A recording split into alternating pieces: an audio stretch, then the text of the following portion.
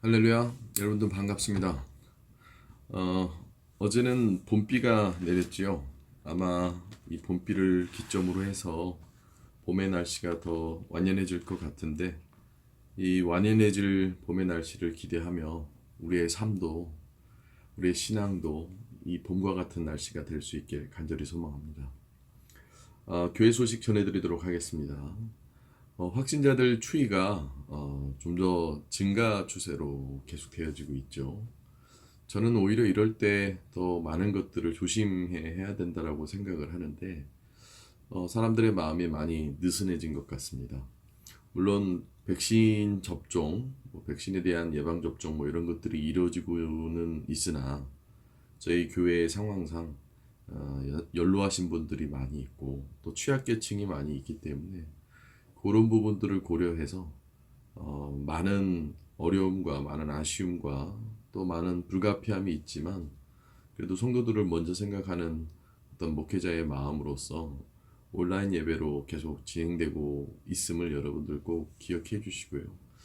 누구보다 빨리 현장 예배를 드리고 싶은 건 성도 여러분들보다도 저의 마음이 더 앞서 있다는 걸 꼭 기억해 주셨으면 좋겠습니다. 어, 아마 11월 달 정도, 그러니까 이제 뭐 봄을 지내고 여름을 지내는 기점에서 집단 면역이 이루어지면 그 상황과 이런 것들을 저도 계속 예의주시하고 있어서 그것에 맞춰서 교회에 대한 여러 가지들을 진행하려고 합니다. 뭐 예배가 되었건 모임이 되었건 많이 또 보고 싶고 또 많이 궁금하고 뭐 이런 상황인데요. 일일이 다 전화드리지 못하고 개별적으로 성도들의 상황에 맞춰서 제가 연락도 하고 또 안부 인사도 하고 뭐 여러 가지를 서로 주고받고는 있는데요. 무소식이 또 희소식이라고 그 여러 가지 상황 속에서 아무쪼록 이 코로나의 상황 더욱더 잘 극복할 수 있으면 좋겠습니다. 두 번째는 교회 방문에 대한 광고입니다. 교회 방문을 이제 가능케 하려고 하고 있습니다. 뭐 교회 정비는 진즉이 다 완료가 되어졌고요. 근데 아무래도 주변 사람들, 주변 이웃들, 주변 어떤 이 인근에 사시는 분들이 이제 교회 모임에 대해서 조금 좋지 않은 시각으로 바라볼 수도 있다 보니까 좀 조심스러워지는데요. 아무쪼록 좀 방역 수칙을 잘 지켜서 여러분들이 개별적으로 기도하러 올 수 있게끔은 이렇게 만들어 놓을 예정입니다. 그래서 뭐 방명록을 기록한다든지 뭐 이런 것들을 통해서 하고자 하는데요. 제가 조금 고민이 좀 되어지고 조금은 더 조심해야 되는 것 아닌가라는 어떤 그런 마음이 있긴 합니다. 그리고 또 갑자기 확진자들이 늘어나고 있고 또 좀 어수선한 감이 없잖아 있어서 어, 조금 더 조심하고자 하는 마음에 계속 몇 주 상황을 지켜보고는 있는데 아마도 조금 그러니까 백신 예방이 조금 더 면역으로 이루어지고 확진자들 수위가 조금 더 낮춰질 수 있는 그런 계기들을 통해서 조금 이제 교회 방문도 여러 가지 상황을 고려해서 진행하고자 합니다. 아마도 한 몇 주 사이에 교회 방문이 가능하게 제가 할 예정이니까 여러분들 교회에 기도하러 오시고 또 되도록이면 동선이 겹치지 않게끔 이렇게 개별적으로 기도하러 오시고 뭐 이렇게 할 수 있으면 좋겠습니다. 아직까지도 5인 이상은 이렇게 모일 수가 없는 상황이다 보니까 행여나 다른 사람들 눈에 덕이 안 되면 그것조차도 조금은 여러 가지 상황이 되어지다 보니 조심해야 하고자 하는 어떤 저의 목회자로서의 마음을 조금 이해해 주셨으면 좋겠습니다. 단 여러분들의 신앙이 나태해지거나 게을러지지 않고 여러분들의 신앙이 멍들거나 해지지 않게끔 여러분들 스스로가 조금 더 신앙생활에 대한 관리에 집중할 수 있으면 좋겠습니다. 세 번째는 교회 상황에 대한 이야기인데요. 교회가 많이 어렵습니다. 많이 어려울 수밖에 없는 이유는 아마 성도 여러분들이 다들 잘 아실 건데요. 어, 일단은 재정적으로도 그렇고요. 아무래도 현장 예배가 이루어지지 않다 보니 교회 재정이 원래도 어려웠지만 지금은 좀 더 어려운 상황이고요. 그렇다고 여러분들에게 어떤 그런 것을 부담 주기 위한 것은 아니지만 좀 기도해 주시고 또 여러분들의 여건 되어지는 대로 조금 교회에 대한 후원과 교회에 대한 어떤 마음을 좀 가져 주실 수 있으면 좋겠습니다. 몇 명 안 되어지는 교회 성도들을 어찌됐든 이끌고자 하는 목회자의 마음 속에서 이 코로나의 상황을 어떻게든 극복해 보려고 또 성도들에게는 그 어떤 사뭇 피해도 가지 않으려고 많이 노력은 하고 있지만 제가 이렇게 힘들다는 표현을 잘 하지는 않지만 조금 어려운 상황이긴 합니다. 여력이 더 닿지 않고요. 제가 할 수 있는 최대한을 하고는 있지만 여러모로 어떤 상황에 대한 어려움이 있으니 여러분들 기도 많이 해주시고 적극적으로 좀 후원해 주시면 감사하겠습니다. 이제 네 번째 광고는요. 4월 초가 4월 첫째 주가 이제 부활절입니다. 물론 이제 이 코로나의 상황 속에서 부활절의 의미가 이렇게 썩 달갑게 가깝게 여겨지지는 않을 건데요. 아무튼 사실 사순절의 기간을 통해서 여러 가지 고통과 고뇌의 어떤 그런 것들을 우리가 같이 묵상해야 됨도 있지만 4월 첫째 주의 부활절을 좀 어떤 특별한 의미로 둬서 우리 함께 그날을 다시 부활하실 예수님, 또 십자가선상에서 고통받는 예수님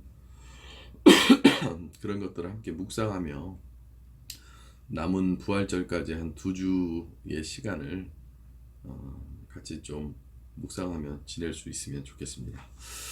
오늘 말씀 같이 보도록 하겠습니다.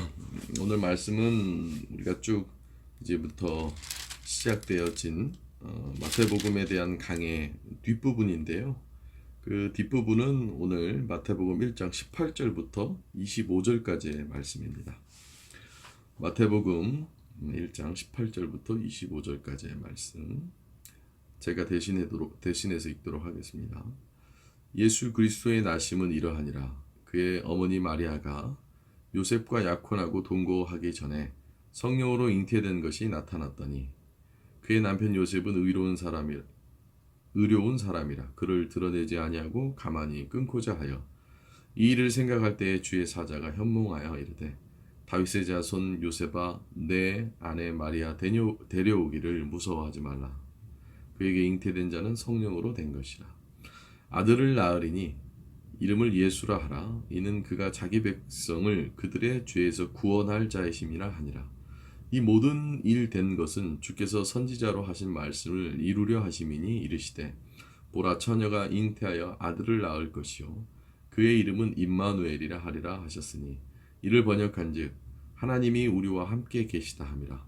요셉이 잠에서 깨어 일어나 주의 사자의 분부대로 행하여 그의 아내를 데려왔으나 아들을 낳기까지 동참하지 아니하더니 낳음의 이름을 예수라 하니라.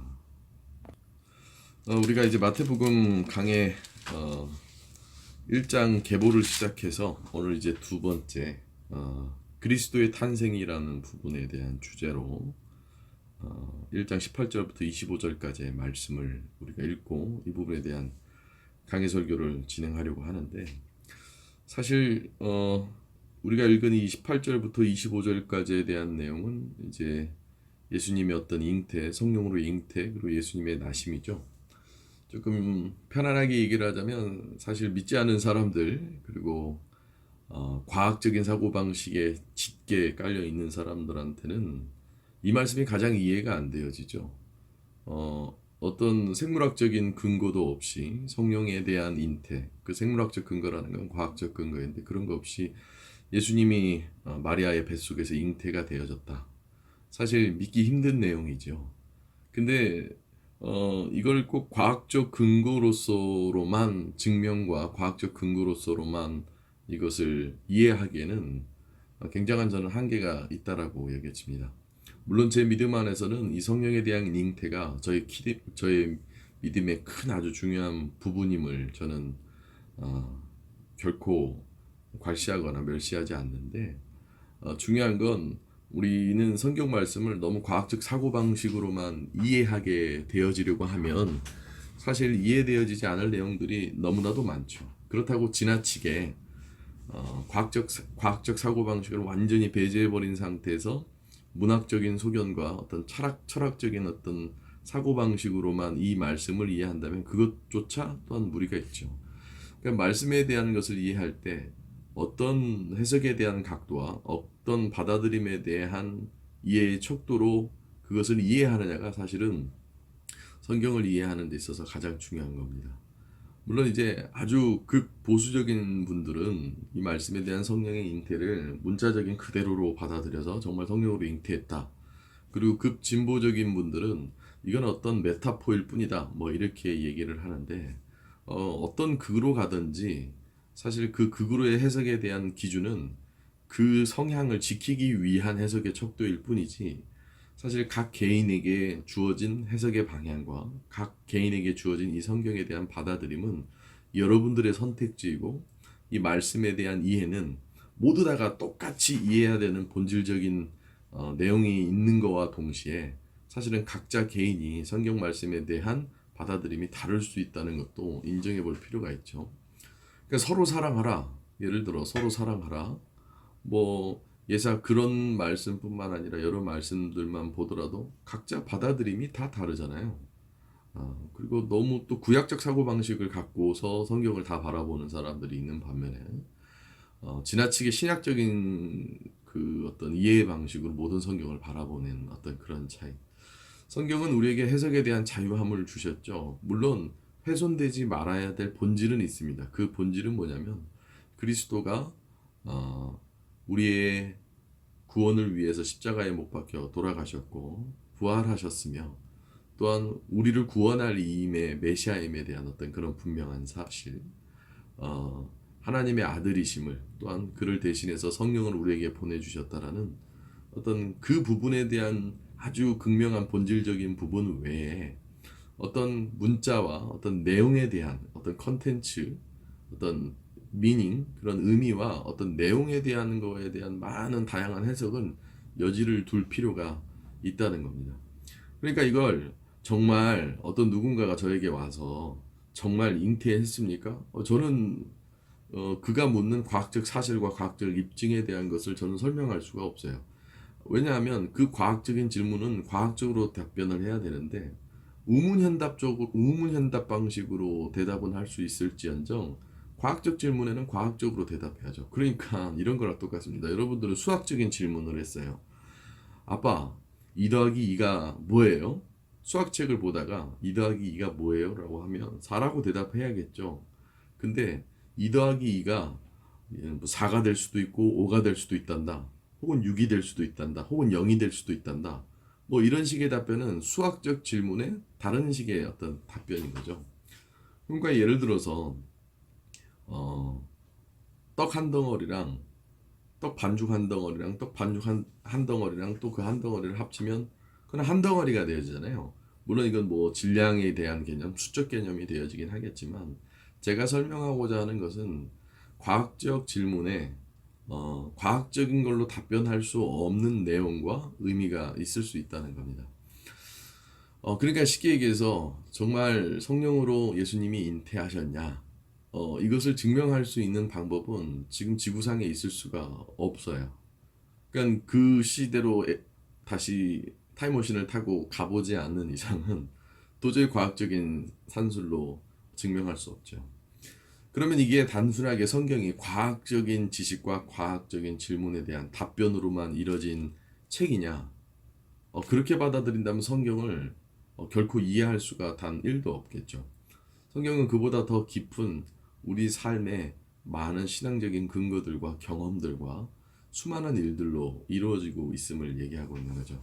그러니까 우리가 오늘 그리스도에 대한 탄생 이 부분에 대한 강해를 하기 이전에 이 말씀에 대한 것을 너무 편협하게만 어떤 일관적인 사고방식으로만 이해하려고 하지 말고 폭넓게 이 안에서 더 발견할 수 있는 깊은 뜻과 의미가 있음을 먼저는 숙지하고 이 말씀을 받아들이는 것이 우리 신앙생활에 더욱더 중요하다는 겁니다.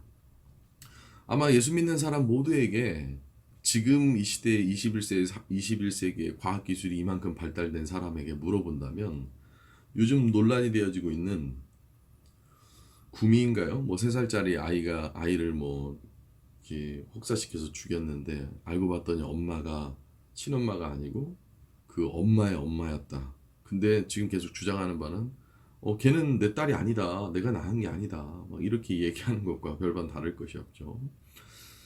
또 어떻게 합니까? 뭐 목회자가 불륜을 저질렀는데 저 아이는 성관계로 낳은 게 아니라 성령으로 낳은 거다. 뭐 이렇게 주장하는 것들과 지금 이 성경에서의 내용이 어떤 과학적인 사실과 21세기에 벌어지는 많은 사건과 사고로 막 오버랩 되어진다면 결국 일반인들이 예수를 안 믿는 사람들이 할 때 뭐 당연하게 그렇게 생각하는 거 아니겠습니까? 야, 마리아가 외도를 한 거다. 마리아가 우리 모르게 혹은 요셉 모르게 외도를 하고 애를 뵌 거다. 뭐 그런 식에 대한 우리의 삶의 21세기의 과학기술과 우리가 경험하는 경험치로만 이 말씀을 이해하기에는 한계가 있는 거죠. 아주 오래전 있었던 사건과 일이고 그 사건과 일은 사실 그 우리가 받아들이는 우리가 일반적으로 이 시대에 살아가면서 이해하고 있는 그 방법으로만 이해하기에는 이 말씀에 대한 진짜 깊은 의미가 다른 의미라는 걸 얘기하고 있는 겁니다. 그러면 그 의미가 무엇일까요? 저는 이 예수님의 탄생을 보면서 그런 앞서 말씀드렸던 과학적 사고방식과 오늘날 우리가 살아가고자 하는 해석에 대한 척도로만 이 말씀을 이해하기보다는 더 깊은 의미로서 이 말씀에 대한 것들을 바라봄이 오늘 이 강의에 대한 중요한 주제가 되어지는데 첫 번째는 이해할 수 없는 상황으로부터의 이 사건에 대한 이 의미에 대한 이 예수님에 대한 탄생에 대한 것을 이 말씀은 얘기하고 있다라고 저는 믿는다라는 거죠. 다시 말해서 우리가 읽은 부분이 정리하자면 그리스도의 탄생이라고 되어진 부분인데 그리스도에 대한 탄생을 지금 마태복음 1장 18절부터 25절까지 쭉 서술하고 있지 않습니까? 근데 이 서술되어진 내용을 보면 이건 곧 그리스도에 대한 탄생인데 그 그리스도에 대한 탄생을 제가 앞서 쭉 장황하게 말씀드렸었던 오늘날의 사고방식 그 다음에 과학적 사고방식에만 치우쳐서 발견하지 못할 것이 있다면 그거는 그리스도에 대한 탄생을 그렇게 이해하고 있는 것인데 그 이해 방법을 우리는 어떤 걸로 이해해 봐야 되냐 그게 강의 주된 내용인데 첫 번째가 바로 이해할 수 없는 상황으로부터의 그리스도에 대한 탄생이라는 거예요. 이 말에 좀 부연 설명을 하자면 우리는 세상을 다 이해하고 싶죠. 또 과학기술이 발달되어지면 모든 것들을 자꾸 증명해 나갑니다. 그러니까 옛날에는 이해하지 못했던 것들을 사실 엄청나게 고차원적으로 발달되어져 있는 지식과 우리의 기술과 우리의 과학이 증명하게끔 되어지잖아요. 예컨대 예전 불과 몇백 년 전만 하더라도 지구가 태양을 돌 거라고 생각 안 하죠. 지구는 중앙에 있는데 태양이 돈다라고 생각을 하듯이 그것이 이제 과학적으로 증명되어지고 과학기술이 발달되어지다 보니까 실제로는 인공위성을 띄워보고 실제로는 뭘 하다 보니 실제로는 과학기술로 증명하다 보니 그게 거꾸로 되어졌었던 거구나. 그러니까 우리가 알고 있는 과학기술은 태초로부터 시작되어져 있는 세상의 순리, 세상의 어떤 진리, 세상의 어떤 돌아가는 어떤 그런 모든 행륜에 이제 우리가 발견을 한 것뿐인 거죠. 그러니까 그 말인즉슨 우리가 세상을 살다 보면 그렇게 과학기술이 발달됐더라도 이해할 수 없는 상황으로부터 오는 깨달음이 있습니다. 도저히 이해할 수 없는데도 그 이해할 수 없는 것에서부터 오는 의미가 있죠. 예컨대 여러분들이 이해할 수 없는 상황으로부터 오는 게 뭐냐면 지금 와서 생각해 보면 아주 원초적으로 생각해 보십시오. 부모가 자식을 사랑하는 것 그거 여러분들 과학기술로 과학적인 사고방식으로 이해가 됩니까? 물론 좀 내용 자체는 좀 다를 수 있지만 제가 예시를 들어드리는 겁니다. 예수님의 탄생은 우리가 이해할 수 없는 상황으로부터 시작이 되어진 거예요. 그러니까 보십시오. 오늘 본문 말씀에서도 성령에 대한 잉태 그리고 그 성령에 대한 잉태를 요셉이 받아들이는 그 과정 요셉 또한 사실 그 상황이 도저히 이해할 수 없죠. 자기가 사랑하는 아내인데 자기랑 어떤 관계가 없었는데도 갑자기 성령을 통하여서 애가 잉태되어졌다는 사실을 그냥 지금의 사고방식으로 생각한다면 그걸 받아들일 수가 있겠습니까? 그러니까 우리가 알 수 없는 어떤 무언가가 있든지 간에 사실 우리가 알 수 없는 것들로부터 오는 이해할 수 없는 상황으로부터 오는 시작이 있잖아요. 여러분들 한번 이렇게 생각해 보세요. 꼭 성령에 대한 잉태를 넘어서서 여러분들은 누군가의 부모, 다 누군가에게 부모이거나 누군가에게 자녀이잖아요. 그러면 여러분들은 누군가에게 자식으로 태어나기를 선택했습니까? 이해할 수가 없죠. 저도 저희 부모님을 통하여서 제가 나올 거라는 것을 이해할 수가 없어요. 받아들이기가 쉽지가 않다고요. 내가 선택한 게 아니니까. 내가 그것을 선택하고 그것을 해석하고 그것을 원했던 것이 아니니까. 그러니까 그리스도의 탄생은 사실 이해할 수 없는 상황으로부터 온다는 거예요. 성령에 대한 잉태가 되었건 그것을 받아들이는 요셉이 되었건 사실 오늘 마태복음과 동일한 예수님의 탄생의 기록을 나타내고 있는 누가복음에서의 상황을 보면 그들이 이해할 수 없는 세상의 돌아감과 그들이 이해할 수 없고 받아들일 수 없는 상황 가운데서 일이 벌어지죠. 그러니까 이제 로마로부터의 압제 그리고 갑자기 어린 아이들을 다 멸살시키고자 하는 그런 어떤 정책 그런 것들이 도저히 내가 이해할 수 없잖아요. 이해하고자 해도 이해가 안 되잖아요. 그러니까 요즘 뭐 부동산 가격이 막 천정부지로 올라가고 그 뭐 LH 직원들이 막 투기를 하고 막 이런 것들 이해가 안 되잖아요. 뭐 옳고 그름에 대한 문제를 떠나서 이해할 수 없는 상황이 벌어지잖아요. 때로는 신비한 일들도 벌어지죠. 그러니까 그런 이해할 수 없는 상황으로부터 그리스도에 대한 탄생이 시작이 되어졌다는 거예요. 물론 이제 뒤에 그 그리스도에 대한 탄생이 가지고 있는 의미가 무엇으로부터 시작되어지는지에 대한 것은 지금 열거되어지는 지금 첫 번째로 열거되어진 것 외에도 그런 거에 어떤 연관성과 그런 거의 상관관계를 제가 설명을 드리겠는데 아무튼 그리스도에 대한 탄생은 이해할 수 없는 상황으로부터 시작이 되어졌다는 거예요. 두 번째는 뭡니까? 인생 가운데 일상으로부터 시작이 된 거예요. 그러니까 요셉이 말씀에 기록되어졌으니 우리에게 특별한 사람이지 요셉 당사자에게는 그냥 한 사람의 인생이에요. 그리고 그 한 사람의 인생 가운데서 그에게 있는 일상인 거예요. 그러니까 막 특별한 어떤 경험을 하기 위해서 그가 인생을 살아갔던 게 아니라 누구에게나 인생은 주어지고 그 인생의 일생 가운데서 그 일상 가운데서 이해할 수 없는 상황 가운데서 예수님의 탄생이 생긴 거라는 거예요. 그러니까 막 어떤 이게 짜여진 각본과 어떤 거짓으로 물들어 있고 막 어떤 왜곡으로 물들어 있고 어떤 속임으로 물들어 있는 게 아니라 요셉이 곧 여러분들과 저와 똑같은 어떤 한 사람의 인생 가운데서 일상으로부터 이런 일이 생겼다 이거예요. 그러니까 막 뭐 아주 오래전부터 그러니까 요셉의 입장에서 봤을 때는 물론 성경의 여러 가지 기록들을 우리가 예시해 봤을 때는 이제 추후에 알게 되어진 거지만 이렇게 다윗의 자손의 계보를 통하여서 이렇게 났구나 라는 것에 대한 것을 우리는 발견한 것뿐이지 요셉 당사자는 그걸 모르는 거예요. 그러니까 거꾸로 말해서 여러분들의 후손을 통해서 누군가 어떤 인물들이 나올지 그 어떤 나온 인물들이 어떤 상황 속에서 어떤 인생 가운데서 어떤 일상을 지낼지 우리는 예측할 수 없잖아요. 그런 가운데서 이런 예수님의 탄생이 그리스도에 대한 탄생이 시작됐다는 거예요. 그러니까 아주 신비로운 것이죠. 요셉의 인생 가운데서 그 인생 가운데 일상으로부터 이 일이 생긴 거예요. 요셉은 이걸 의도하지 않았죠.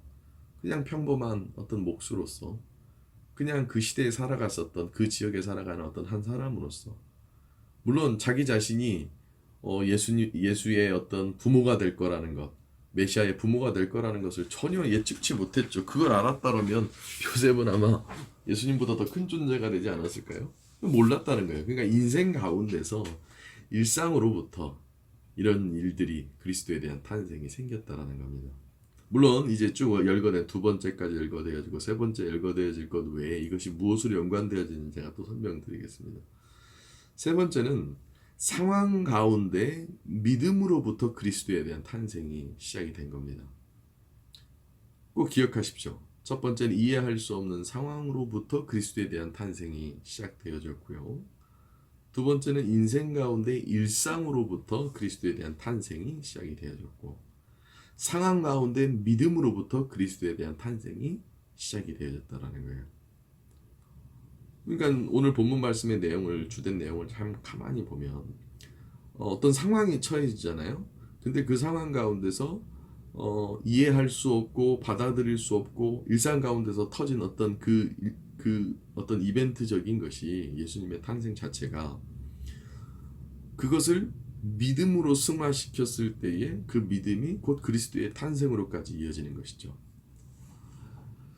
이렇게 얘기하면 좀 여러분들이 좀 난해할 수 있습니다. 그러면 이 제가 언급한 이해할 수 없는 상황으로부터 이해할 수 없는 상황으로부터 인생 가운데 일상으로부터 그 상황 가운데 믿음으로부터 그리스도에 대한 탄생이 시작이 된 건데, 그러면 본질적으로 그리스도에 대한 탄생은 무엇을 의미합니까?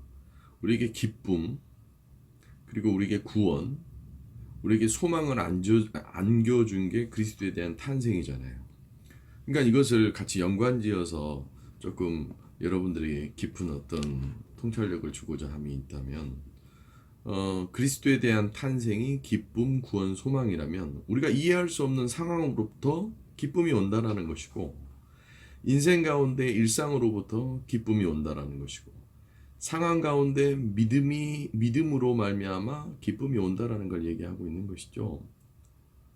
그리고 이해할 수 없는 상황으로부터 우리에게 구원의 의미가 다가오는 것이고, 인생 가운데 일상으로부터 그리스도의 탄생이 갖고 있는 구원의 의미가 우리에게 다가오는 것이고, 또 상황 가운데 믿음으로써 우리에게 구원이 임하게 되어지는 것이잖아요.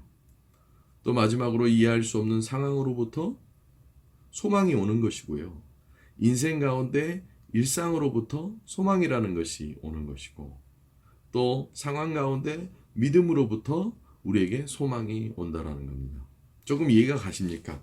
조금 그러니까 이런 것들은 좀 직접적으로 이렇게 카테고리화해서 여러분들에게 이해를 시켜드려야 되는데, 우리가 읽은 28절부터 25절까지에 대한 그 내용이 가지고 있는 함축적인 성경의 통전적인 내용이 바로 그리스도의 탄생 가운데 있는 의미, 기쁨과 구원과 소망의 의미가 있다면, 그 기쁨과 구원과 소망의 의미는 오늘 이 상황화 가운데서 있는 이해할 수 없는 상황으로부터 우리에게 기쁨과 구원과 소망이 온다라는 것이고, 인생 가운데 일상으로부터 그리스도에 대한 탄생이 얘기하고 있는 기쁨과 구원과 소망이 온다라는 거예요. 또한 상황 가운데 믿음을 가졌을 때에 믿음으로부터 기쁨과 구원과 소망이 온다라는 겁니다. 자, 이렇게 정리를 했는데 우리가 이것을 신앙생활 가운데 상황화를 해보죠. 여러분들, 기쁨이라는 것이 언제 여러분들에게 더 극대화되어져서 우리의 삶에 작용이 되어지는 줄 아십니까? 아무것도 없는, 그러니까 이해할 수 없는 상황, 즉 뭡니까? 나는 이거 실패할 수밖에 없고 좌절할 수밖에 없는 가운데서 뭔가 기쁨이 생겨지는 것이죠. 그러니까 지금 이스라엘 백성들은 메시아를 수천 년 동안 기다렸지만 메시아가 오지 않는 거예요. 근데 그들이 생각했었던 메시아의 강림은 어떤 왕으로부터 백마를 타고 어떤 혁명가로서부터 와야 되는데, 사실 지금 그 메시아가 어느 순간에 어디에 어떻게 올지를 알았더라면 다 난리가 나죠. 물론 이 이후에 이제 동방 박사들이 예수님을 맞이하는 어떤 그런 의미가 있습니다만, 그건 이제 추후에 다음 주에 설교를 하도록 하고요. 그게 그 기쁨, 예수 그리스도에 대한 탄생의 기쁨이잖아요. 우리를 구원하실 주님이 오신다는 거. 근데 보세요. 이해할 수 없는 상황으로부터 기쁨이 오죠. 우리도 살다 보면 전혀 이해할 수 없는 뜻밖의 상황 가운데서 기쁨이 오지 않습니까? 오늘 내가 너무나도 지치고 힘들고 어려운데 갑자기 내가 예측하지 못했고 내가 받아들일 수 없는 상황 가운데서 기쁨이 오잖아요. 저도 하루를 막 지치고 있다가도 집에 가서 우리 아이가 던지는 그 농담 한마디에 기쁨이 터질 때도 있고요. 별것 아니고 나는 분명 오늘 굉장히 디프레스돼 있어야 되는데 그게 전혀 이해할 수 없는 상황으로부터 기쁨이 올 때가 굉장히 저는 많습니다. 그러니까 그리스도에 대한 탄생도 도저히 이스라엘 백성들이 좌절하고 절망하고 이제 메시아에 대한 모든 것들을 잃어버리고 그들의 신앙이 다 엉망진창이 되어져 버렸을 그때에 이해할 수 없는 상황으로부터 기쁨이 온다라는 거예요. 그러니까 여러분들 꼭 어떤 예수님에 대한 탄생이 가지고 있는 우리 사고방식으로서의 이해보다도 전혀 이해할 수 없는 상황 가운데서 우리에게 기쁨이 온다라는 겁니다. 여러분들이 예측할 수 없는 상황 가운데서 기쁨이 온다라는 거예요. 그것을 기대하며 살아야 돼요. 예측할 수 있는 기쁨은 기쁨이 아닙니다. 우리는 언제 기쁘냐면 전혀 예측할 수 없는 것 가운데서 우리가 또 불안해하는 가운데서 우리가 전혀 기대하지 않았던 가운데서 오는 것이 큰 기쁨으로 되어지잖아요. 그 다음에 기쁨은 어디서 옵니까? 우리 인생 가운데 일상으로 오는 거예요. 그러니까 예수님의 탄생을 보십시오. 한 작은 이의 한 인간으로서의 요셉의 그 일상 가운데서 이 큰 기쁨이 오는 거잖아요. 물론 그 큰 기쁨에 대한 가늠을 요셉은 한 인간으로서는 쉽게 할 수 없었겠지만 말이죠. 넓은 의미로 본다면 우리에게 그 구원은 기쁨은 언제 옵니까? 인생 가운데서 일상으로 온다라는 거예요. 그러니까 여러분들 기쁨을 멀리서 찾지 마시고 인생 가운데 여러분들이 일상에서 찾으세요.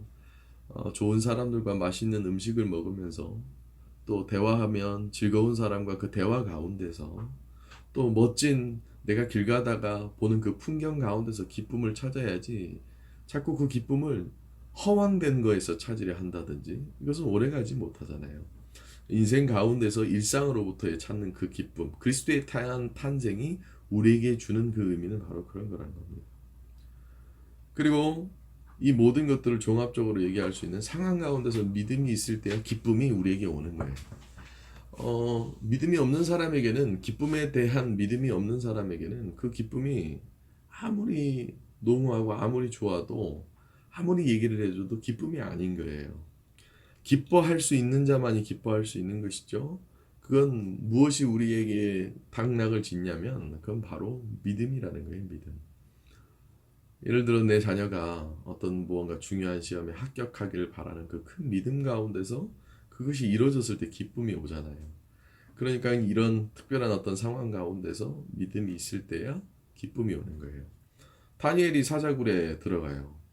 그 사자굴 가운데서 믿음이 있었을 때 그에게 기쁨이 있는 것이잖아요. 그 상황 가운데서.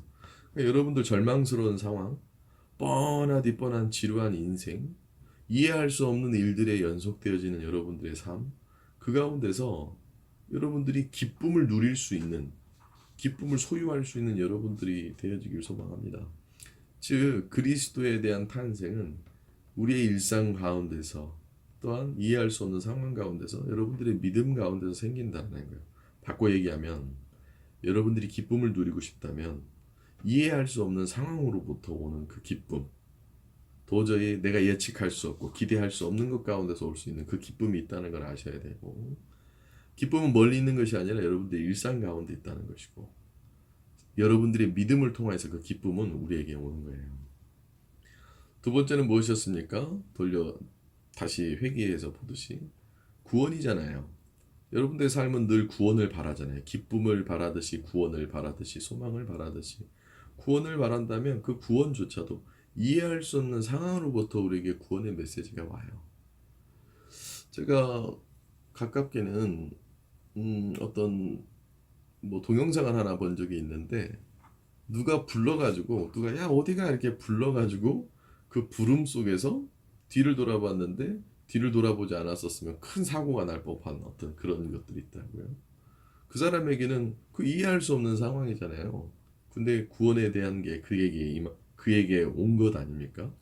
그러니까 구원이라는 건 우리가 예측할 수 있는 상황에서 오지 않아요. 그래서 늘 깨어 있으라고 얘기하는 것도 그런 의미가 되어지겠죠. 근데 우리는 언제 괴롭습니까? 내가 예측할 때, 내가 생각할 때, 내가 계산해 봤을 때 구원이 임하지 않을 것 같다라고 할 때, 그건 구원이 아니죠. 그냥 내 예측에 대한 맞은 뿐이죠.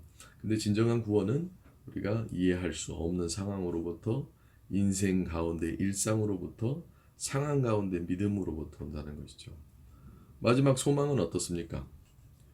소망 또한 우리가 이해할 수 없는 상황으로부터 우리는 갖게끔 되어지는 거죠. 소망이라는 게 뭐예요? 지금 당장 벌어질 수 있는 예측의 상황이 아니라 지금 당장 내가 도저히 예측할 수 없는 가운데서 소망을 갖는 거잖아요. 너무 먼 이야기잖아요. 내가 예를 들어서 꿈이 있습니다. 그 꿈이 이뤄지길 원하는 소망이 있어요. 굉장히 먼 이야기잖아요. 근데 그 소망을 포기해버리는 그 순간 우리는 그 소망을 이루어질 수가 없게끔 되어지는 것이죠. 인생 가운데 인생의 일상 가운데서 늘 소망을 가져야죠. 소망을 잃어버리는 것이 곧 삶을 다 망쳐버리는 거잖아요. 희망이 있어야죠. 그리고 그 희망을 포기하지 않을 때 그 희망이 우리 인생길 가운데 다가오는 것이잖아요. 그리고 그 소망이 이루어지기를 원하듯이 상황 가운데서 믿음이 있어야지만 그 소망 또한 이루어질 수가 있는 거잖아요. 내가 갖는 소망에 내 믿음이 없다면 어찌 그 소망이 이루어질 수 있겠습니까? 여러분들이 바라는 소망은 가장 큰 원동력이 뭔 줄 아십니까? 바로 그것이 여러분들의 믿음인 거예요. 여러분들의 믿음이 없다면 누가 여러분들을 믿어주고 여러분들은 무엇을 향해 믿음이 있겠습니까?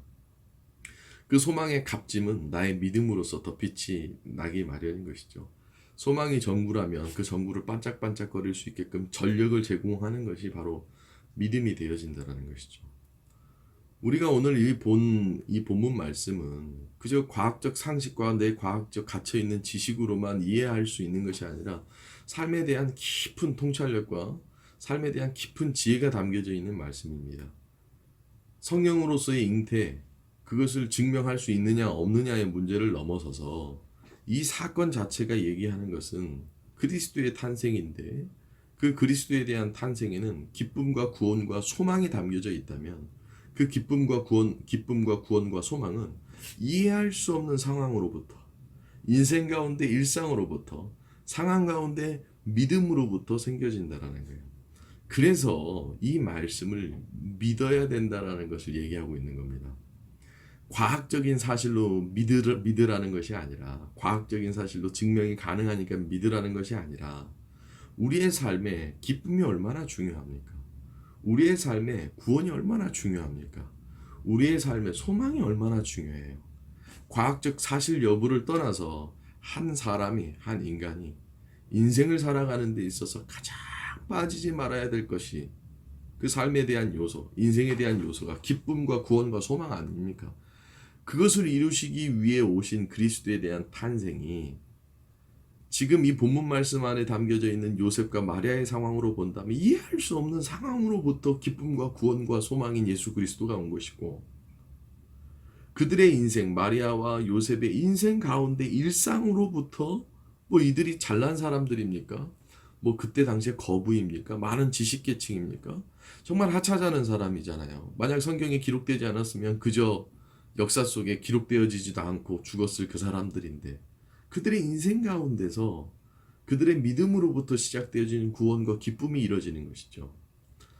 기쁨을 누리고 싶다면 구원을 맛봐야 되고 구원을 누리고 싶다면 소망이 있어야 되는 것인데 좌우지간 그리스도에 대한 탄생에 갖고 있는 기쁨과 구원과 소망에 대한 건 마지막으로 상황 가운데서 믿음으로부터 생겼다는 거예요. 그러기에 예수 그리스도의 이 탄생이 성령으로의 잉태로서의 탄생은 기쁨과 구원과 소망에 대한 의미를 가지고 있는데 그것은 과학적 상식과 과학적 이해를 뛰어넘는 우리 인생의 가장 중요한 삶으로서의 중요한 기쁨과 구원과 소망이 도저히 우리가 이해할 수 없는 상황으로부터 인생 가운데 일상으로부터 상황 가운데 믿음을 통하여서 이루어진다는 것이죠. 곧 믿음의 시작이 장성함에 이르러 우리로 하여금 소망을 갖게 되어지고 구원에 대한 경험을 하게 되어지며 기쁨을 만끽할 수 있는 것이 되어진다는 거예요. 그래서 예수 그리스도의 이 성령으로서의 탄생, 즉 그건 우리가 이해할 수 없는 사건이고 그들의 인생 가운데서 있었듯이 우리에게도 있는 것이고 상황 가운데서 믿음으로 말미암아 그것이 이루어질 수 있다라는 거예요. 사랑하는 성도 여러분들, 여러분들에게 믿음이 있길 소망합니다.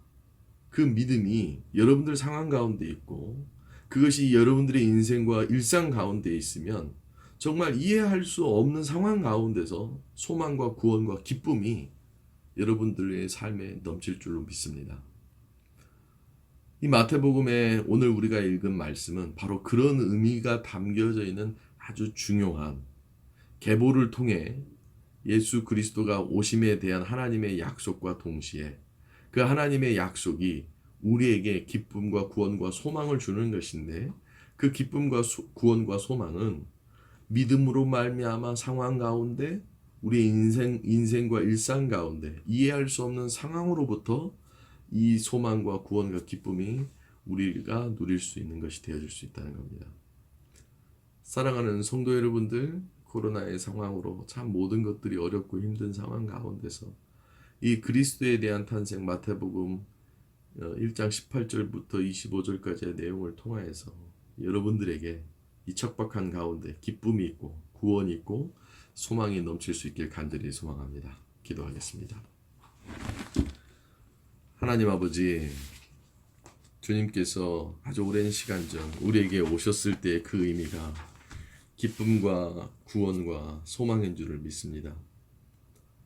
그리스도의 탄생이 기쁨과 구원과 소망을 줌을 알았는데, 그것이 우리의 상황 가운데서 믿음으로 시작으로 말미암아 그 믿음이 우리의 인생과 일상 가운데서 빛이 나지고, 도저히 이해할 수 없는 상황 가운데서 기쁨과 구원과 소망이 우리에게 온다는 사실을 분명 주님의 탄생을 통하여서, 특별히 오늘 이 마태복음의 말씀을 통하여서 깨닫게 되었으니, 하나님, 이 어렵고 힘든 상황 가운데서 누구도 예측할 수 없고 누구도 이해할 수 없고 누구도 이 상황 가운데서 어찌할 바를 모르는 이 어려운 상황 가운데서 아버지여, 이 그리스도에 대한 탄생의 의미가 가져다 주는 진정한 말씀에 대한 깨달음과 진정한 말씀에 대한 의미가 우리 성도들에게 있게 허락하여 주시옵소서.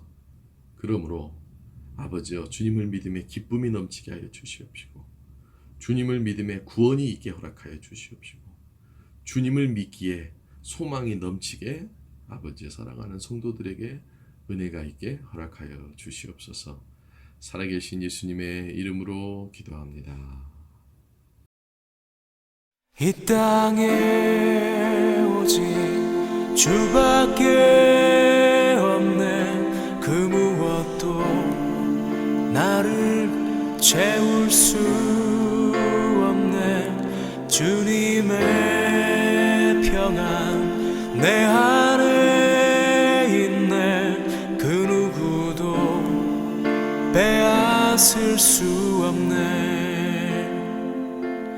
이 땅에 오직 주밖에 없네. 그 무엇도 나를 채울 수 없네. 주님의 평안 내 안에 있네. 그 누구도 빼앗을 수 없네.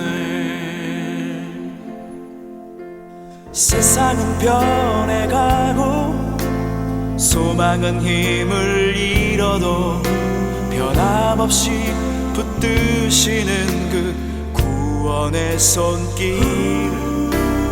폭풍이 몰려와도 두려움 물러가네. 우리 위에 싸우시는 그 손을 의지해. 이 세상 어디에서 평안을 찾을 수 있나. 목숨까지 내어주신 그 깊은 사랑을 우리가 바래왔고 꿈꾸어왔던 미래가 그 한없는 사랑 안에서 열리